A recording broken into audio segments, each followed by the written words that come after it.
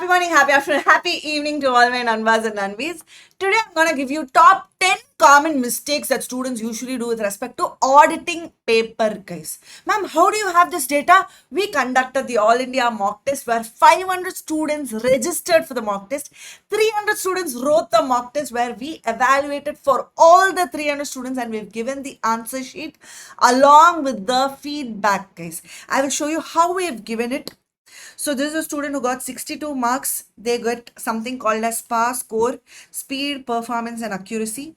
A feedback, an overall feedback will be given. Apart from this, every question, there will be a feedback which is given like this. See for second question, not written elements. Eliminate any threat. With respect to that, they have not written. SQC1 and SA220, they have not mentioned it. Explain more on physical verification. Like that, each and every question, we got the feedback of the students. What we have done is, I've collated all the feedbacks together and I came up with top 10 common mistakes that students usually do. The reason I'm discussing this is because I want you to be insulated from these 10 common mistakes so that you are aware. Maybe you also would have made this mistake in the final exam. Now, because you are going through this in this video, you will be aware when you're writing your answers. Yes, apart from this, I am also giving something for free for all of you. I have 2 question papers and 2 suggested answers. This suggested answers as per ICA marking scheme only. I am giving these 2 for you guys for free so that you can go through this.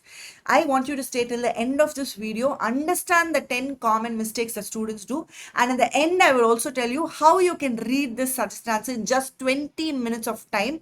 And yes, from where you can download everything I will tell in the end, guys. Now coming to the 10 common mistakes. If you see, conceptually students are good, very good, in fact I will say, but the language that you are using, that has to be improved. How to improve the language right now? Just be conscious. You know it. Say for example, if you say have to check the internal control, this is normal English.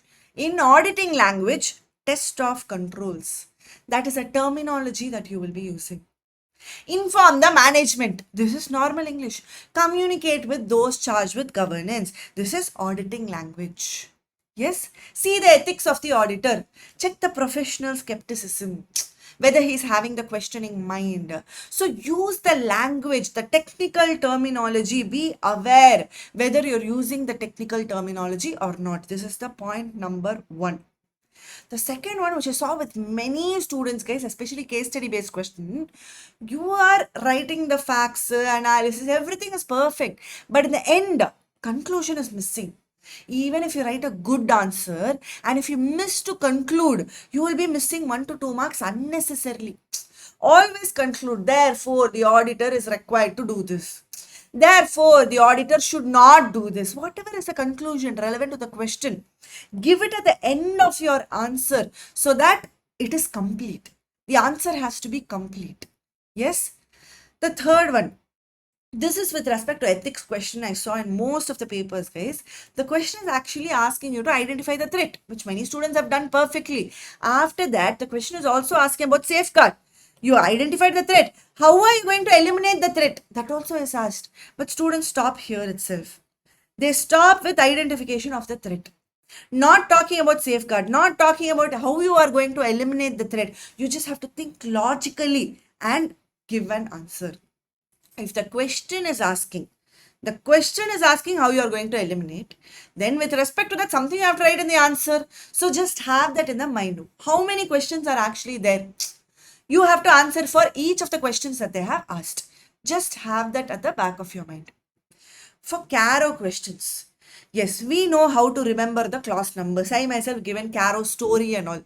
Class numbers, perfectly right. All the 21 classes, perfectly you know. But inside numbers, that also has to be proper. Say for example, Nidhi company is asked exactly after right, 1:20 net own funds is to deposits ratio has to be there. 10% unencumbered deposits has to be maintained. Clause 2, inventory is talking about 10% discrepancy if it is there. Working capital more than 5 crores, like that. The numbers has to be perfectly written inside the Caro clauses also. So just be little more mindful when you are writing those numbers. No, this is one funny thing which I saw, guys. In the suggested answer, if you see, only 6 sentences are given. 6 sentences only in suggested answer. But students are so creative, they are writing 10 paragraphs, 8 paragraphs. Unnecessary. Don't have this mindset that 4 marks means I have to fill one side. 6 marks means I have to fill 1.5 sides, 2 sides. Don't have that mindset. Always focus on quality over quantity. No one wants you to write 3 pages, 5 pages and all. To the T, if you know the answer, just write the answer. That is more than sufficient. Even if you write 4 sentences, you will get 4 marks if 4 sentences only there in the book itself. Yes, if that only is there in book, that only will be there in suggested answer. If you write those 4 sentences, you are going to get the full marks. You don't have to beat around the bush. Write your own stories. It is unnecessary. In most of the cases, if you see, the standards have a opening line as per SA 315, as per SA 210 in case of recurring audit. So you know the standard number and name. So start with that itself. So if the suggested answer also is having the same wordings, the evaluator is basically knowing that, okay, this person has written as per the suggested answer only. You will get 1 mark for this.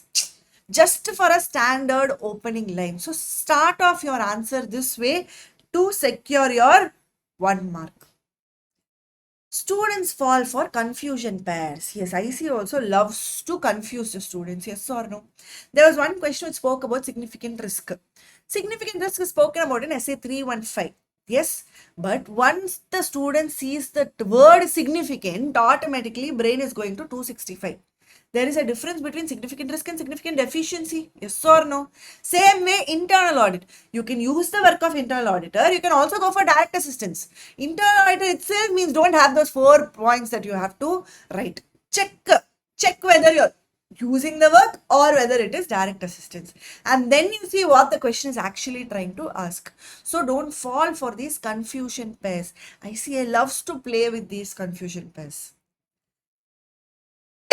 Now, this is one thing I saw. Now we know that most of the questions are case study based questions. Yes. And once you see a case study based questions, you go jump directly into the case. You also have to write what is there in the book. Let's say, for example, they are asking something about the elements of internal control. Then you have to write what are the elements, and then only if there is any deficiency, whether the company has followed it properly and all. The case study is talking about whether the company has followed the elements. So first start off with what are the elements, and then you can write the other things. So many questions, the format is missed out. You get carried away with the case study itself and you write the answer only for the case. What is there in the book is missed out and you miss out on the marks also. See what exactly is asked in the question and answer for that and that only. Trying to fit into one chapter and one standard. I know many students are doing this. Once you see a question, from where is this question? Is it essay 550? Is it essay 500? Your brain wants to put it into some bucket. That is what you are trying to do. No, don't try to do that. Say, for example, they are saying you are the auditor for the last 5 years. 3 years back, there was some problem that you found out right now with the corresponding figure. Now you saw the terminology corresponding figure. So automatically your brain is going where? To essay 710. Yes, perfectly correct. But they also said you are only the auditor for that year. So automatically subsequent event also should come. And finally they're asking how will the reporting be? So 700 series is coming. 560 is coming. 710 is also coming.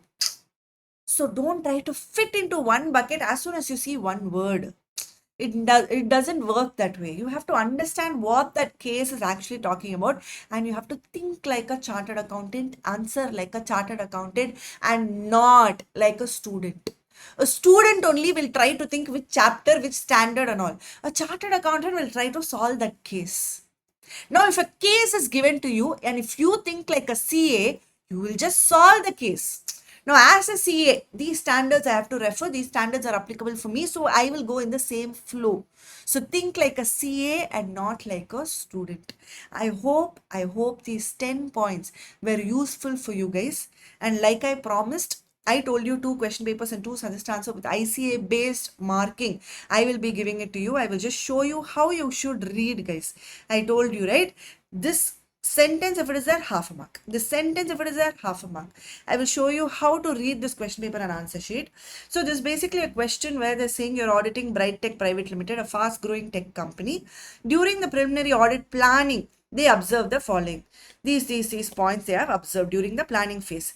You are required to assess the control environment, identifying the risk which is requiring special audit consideration. Based on 315, evaluate the effectiveness of control environment. What are the elements which appear deficient and what should the auditor consider in such a case? Now, for you to answer this question, as a case, if you see what and all I have observed, what are the deficiency which is there? I will write that, yes, but you also have to know what they are asking. You are required to assess the control environment and then identify the risk. Then based on SA 315, evaluate effectiveness of control environment. So here you have to start off with what are the elements of control environment. See here, the elements of control environment, shape PC. Yes, this is what we study in class. What is the shape PC? Organizational structure, HR policies and practices, assignment of authority and responsibility, management's philosophy, that is P. E is ethics. PC is participation by those charged with governance and commitment to competence. First, you write the elements of control environment. That is what is asked. And then you go to evaluation of Bright Tech.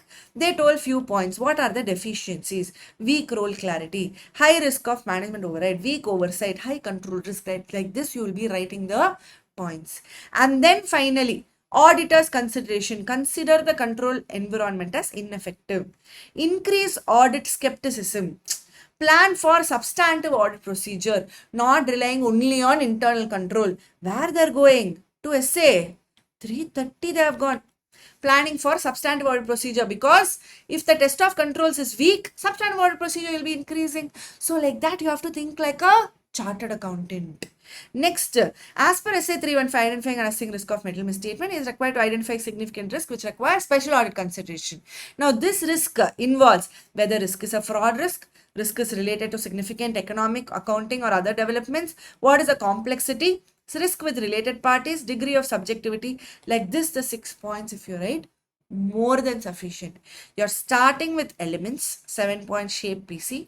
Then you're coming to the case, you're answering to that case. Finally, whether risk identified is a significant risk. For that, you have another 6 points. Exactly what they have asked. First, you wrote elements of control environment. Then what they asked here, what they asked to the second point. Easily, you will get the 5 marks if you write this way. Now, I showed you with the suggested answers, with the marking scheme as to how each of the sentences is marked as per ICA only. ICA will have marking scheme the similar way. That is the reason why I want you to go through the entire suggested answer and question paper. This is how we do it in Dhira test case. Now I want you to just spend 20 minutes per paper. That's it. Not much time. 20 minutes per paper. Read every answer. Wire your brain according to that suggested answer. It is important to do this, especially one day before your exam. Yes, once you see that, right? Okay, this is how a suggested answer is written. This is what is expected out of me. This is the way I will write my examination. So when you sit there in the exam hall, your brain will automatically start mapping. Oh, ma'am said think like a CA. Oh, I'm trying to bucket it into one style and ma'am said don't do it. Like that, my voice will keep coming into your head when you are sitting in the exam hall. That is the exact same reason why I made this most important video for all of you future chartered accountants. Yes, guys, all the very best. Go ace your examination. And yes, like I said, 20 minutes per paper only. Don't waste too much time on that. All the best, guys. Do well.